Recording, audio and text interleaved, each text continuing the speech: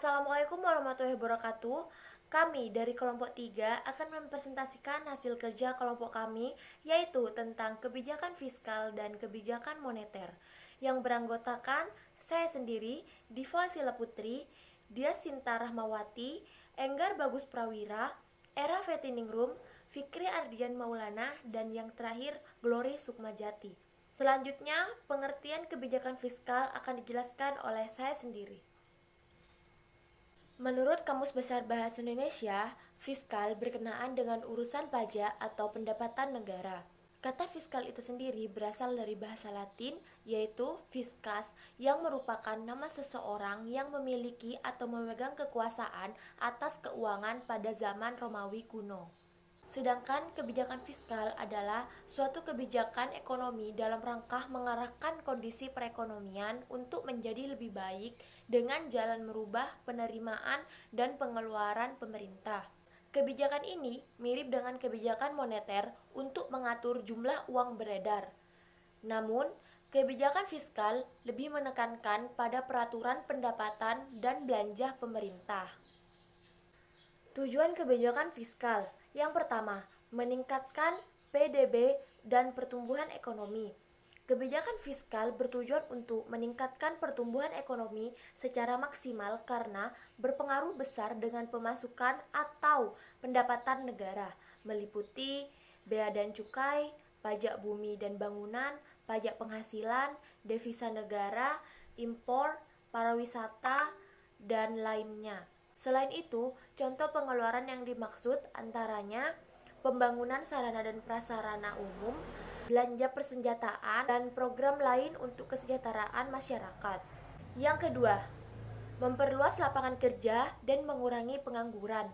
Seperti yang kita ketahui, pengangguran merupakan salah satu masalah yang menjadi momok di suatu negara. Hal tersebut juga tidak lepas dari pelaksanaan kebijakan fiskal. Kebijakan fiskal memang diaplikasikan serta menjadi prioritas dalam upaya pencegahan timbulnya pengangguran. Selanjutnya, yang terakhir, yang ketiga, menstabilkan harga-harga barang dan mengatasi inflasi. Turunnya harga suatu barang membuat hilangnya harapan untuk mendapatkan keuntungan bagi sektor swasta. Akan tetapi, harga yang terus meningkat juga bisa mengakibatkan inflasi. Saya, Dia Sinta Rahmawati, akan menjelaskan macam-macam kebijakan fiskal. Yang pertama ada kebijakan fiskal dari segi teori. Di antaranya, A. Kebijakan fiskal fungsional merupakan kebijakan dalam pertimbangan pengeluaran dan penerimaan anggaran pemerintah ditentukan dengan melihat akibat-akibat tidak langsung terhadap pendapatan nasional, terutama guna meningkatkan kesempatan kerja. B. Kebijakan fiskal yang disengaja merupakan kebijakan dalam mengatasi masalah ekonomi yang sedang dihadapi dengan cara memanipulasi anggaran belanja secara sengaja, baik melalui perubahan perpajakan maupun perubahan pengeluaran pemerintah. C. Kebijakan fiskal yang tidak disengaja merupakan kebijakan dalam mengendalikan kecepatan siklus bisnis supaya tidak terlalu fluktuatif. Jenis kebijakan fiskal yang tidak disengaja adalah proposal, pajak progresif, kebijakan harga minimum, dan asuransi pengangguran. Yang kedua, ada kebijakan fiskal dari segi penerimaan dan pengeluaran. Di antaranya, A. Kebijakan fiskal seimbang merupakan kebijakan yang membuat penerimaan dan pengeluaran menjadi sama jumlahnya. Adapun dampak positif dan negatif dari kebijakan fiskal yang satu ini. Positifnya adalah negara jadi tidak perlu meminjam sejumlah dana, baik dari dalam negeri maupun luar negeri. Negatifnya, kondisi suatu perekonomian negara akan terpuruk apabila ekonomi negara berada dalam keadaan yang tidak menguntungkan. B. Kebijakan fiskal surplus. Pada kebijakan ini, pendapatan harus lebih tinggi dibandingkan dengan pengeluaran. Kebijakan ini merupakan cara untuk menghindari inflasi. C. Kebijakan fiskal defisit merupakan kebijakan yang berlawanan dengan kebijakan surplus. Ada salah satu kelebihan dari kebijakan ini adalah dapat mengatasi depresi dan kelesuan dari pertumbuhan perekonomian, sedangkan kekurangannya negara selalu dalam keadaan defisit. D. Kebijakan fiskal dinamis. Kegunaan dari kebijakan ini adalah menyediakan pendapatan yang digunakan untuk memenuhi kebutuhan pemerintah yang bertambah seiring berjalannya waktu. Komponen penyusun kebijakan fiskal. 1. Pajak atau pendapatan negara. Pajak merupakan sumber pendapatan negara. Pajak juga merupakan sumber pembangunan dan bersifat memaksa serta tercantum dalam konstitusi. Kedua, pengeluaran negara atau APBN. APBN terdiri dari pembangunan infrastruktur, pembangunan fasilitas umum, hingga biaya operasional pemerintah. Contoh dari kebijakan fiskal. Yang pertama, menaikkan jumlah pajak dan jenis pajak, mewajibkan kepemilikan NPWP atau nomor pokok wajib pajak. Ketiga, melakukan penghematan pengeluaran negara. Dan keempat, melakukan pinjaman negara, misalnya dengan mengeluarkan obligasi pemerintah. Saya akan menjelaskan instrumen kebijakan fiskal. Instrumen kebijakan fiskal adalah penerimaan dan pengeluaran pemerintah yang berhubungan erat dengan pajak. Asumsinya, jika tarif pajak diturunkan, maka kemampuan daya beli di masyarakat akan meningkat, dan industri pun bisa meningkatkan jumlah penjualan. Begitu juga sebaliknya. Kebijakan fiskal ada 3. Yang pertama, anggaran belanja seimbang. Anggaran belanja seimbang menggunakan perpaduan antara anggaran defisit dan anggaran surplus, yaitu dengan memadukan antara konsep pengeluaran yang lebih banyak daripada pemasukan dan juga sebaliknya menggunakan konsep pemasukan yang lebih banyak daripada pengeluaran. 2. Pembiayaan fungsional. Kebijakan fiskal fokus pada penyesuaian anggaran negara dengan menentukan biaya anggaran yang digunakan oleh pemerintah. Kebijakan pembiayaan fungsi ini bertujuan untuk menyerap sebanyak-banyaknya tenaga kerja dengan membuka berbagai lapangan pekerjaan baru. Dalam kebijakan ini, pajak dan pengeluaran pemerintah ditempatkan untuk diposisikan pada tempat yang berbeda.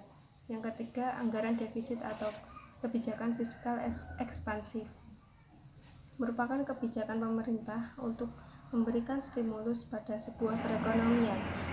Hal ini dilakukan dengan cara mengupayakan pengeluaran negara untuk belanja dan pembangunan lebih besar daripada pemasukan selama kurun waktu tertentu. Anggaran defisit dibagi menjadi beberapa bagian, yaitu defisit moneter, konvensional, operasional, dan defisit primer. 4. Anggaran surplus atau kebijakan fiskal kontraktif. Kebijakan ini hanya digunakan atau berlaku ketika situasi ekonomi pada kondisi yang ekspansi dan operating. Hal ini yang hanya dilakukan untuk menurunkan tekanan desakan yang kian tinggi dari permintaan. 5. Stabilitas anggaran otomatis adalah sebagai usaha atau upaya untuk mempertahankan perekonomian yang keadaannya sudah bagus agar menyesuaikan anggaran yang dimiliki negara.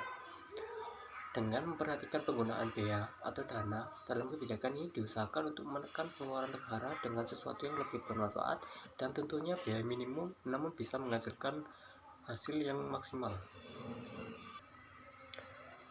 6. Pengelolaan anggaran. Hal ini adalah merupakan salah satu upaya dari pemerintahan untuk menjaga sebuah kestabilan perekonomian sebuah negara. Dengan cara yang dilakukan adalah dengan memanfaatkan atau menggunakan hasil pajak atau pinjaman sebagai modal dasarnya.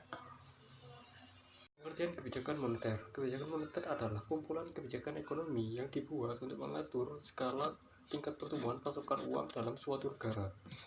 Kebijakan ini adalah tindakan yang terukur untuk membantu mengatur variabel makroekonomi seperti inflasi ataupun pengangguran. Kebijakan ini dilakukan dengan berbagai cara termasuk penyesuaian suku bunga, mengubah jumlah uang tunai di dalam pasar, serta pembelian dan penjualan sekuritas negara. Tujuan kebijakan moneter yang pertama yaitu mengedarkan mata uang sebagai alat pertukaran atau medium of exchange dalam perekonomian. Yang kedua, mempertahankan keseimbangan antara kebutuhan likuiditas perekonomian dan stabilitas tingkat harga. Yang ketiga, distribusi likuiditas yang optimal dalam rangka mencapai pertumbuhan ekonomi yang diinginkan pada berbagai sektor ekonomi. Yang keempat, membantu pemerintah melaksanakan kewajibannya yang tidak dapat terrealisasi melalui sumber penerimaan yang normal. Yang kelima, menjaga kestabilan ekonomi, artinya pertumbuhan arus barang dan jasa seimbang dengan pertumbuhan arus barang dan jasa yang tersedia. Yang keenam, menjaga kestabilan harga. Harga suatu barang merupakan hasil interaksi antara jumlah uang yang beredar dengan jumlah uang yang tersedia di pasar. Yang ketujuh, meningkatkan kesempatan kerja. Pada saat perekonomian stabil, pengusaha akan mengadakan investasi untuk menambah jumlah barang dan jasa, sehingga adanya investasi akan membuka lapangan kerja baru sehingga memperluas kesempatan kerja masyarakat. Yang kedelapan, memperbaiki neraca perdagangan kerja masyarakat dengan jalan meningkatkan ekspor dan mengurangi impor dari luar negeri yang masuk ke dalam negeri atau sebaliknya. Instrumen kebijakan moneter yang pertama yaitu kebijakan operasi pasar terbuka. Operasi pasar terbuka adalah salah satu kebijakan yang diambil Bank Sentral untuk mengurangi atau menambah jumlah uang beredar. Yang kedua, kebijakan diskonto.